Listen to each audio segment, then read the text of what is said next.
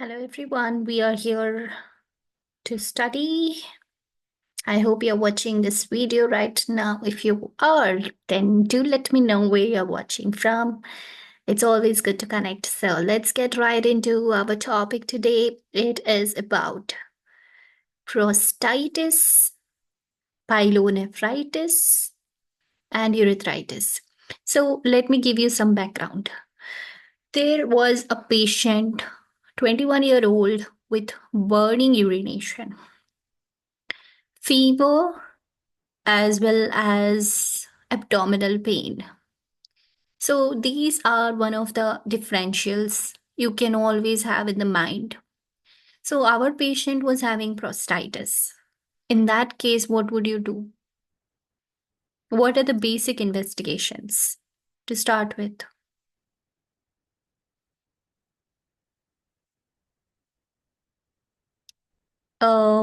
Let's come to the treatment after we discuss what is the treatment for prostatitis. Okay, so this is Cipro for 14 days.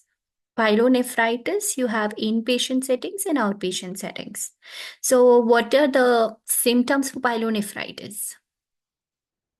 There will be costovertebral angle tenderness.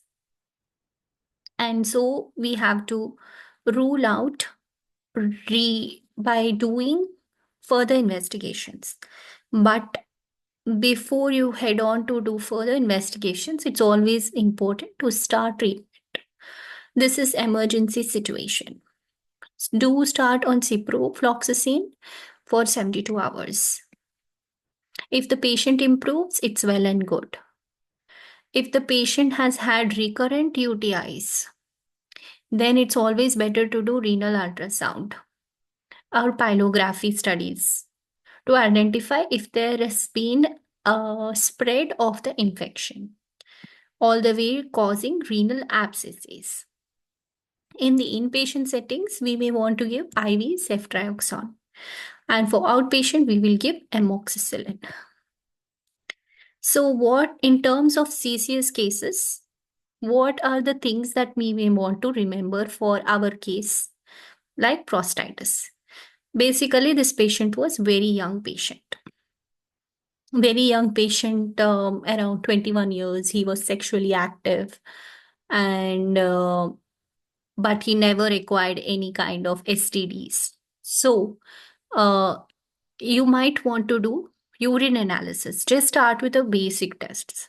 Urine analysis, you could do gram stain to identify and narrow down your antibiotics. Typically, for UTI, we do give ciprofloxacin, especially if it is complicated. I remember as complicated being fluoro. So, for any complicated cases, we do give fluoro. Just remember that way.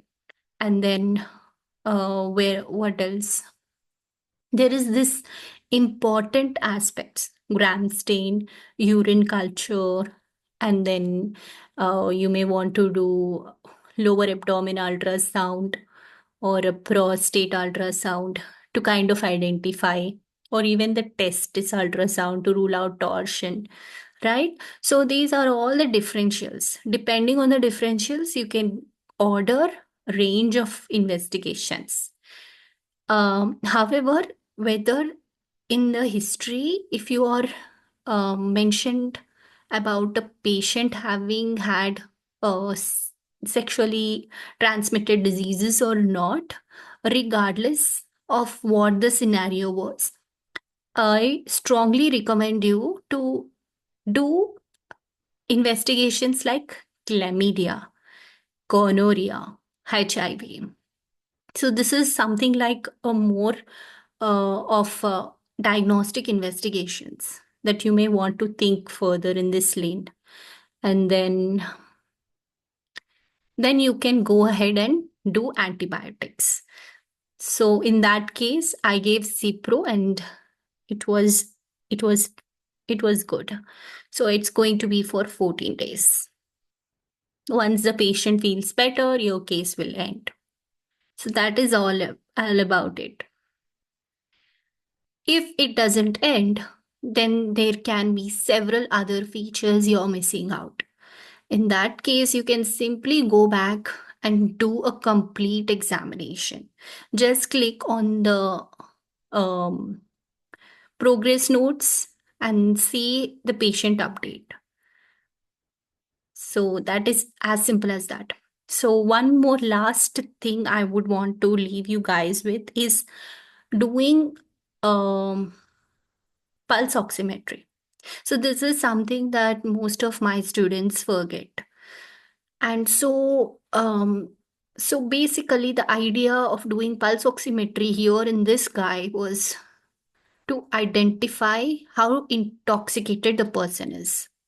Suppose if a person has a febrile episode of UTI, you have to do pulse oximetry.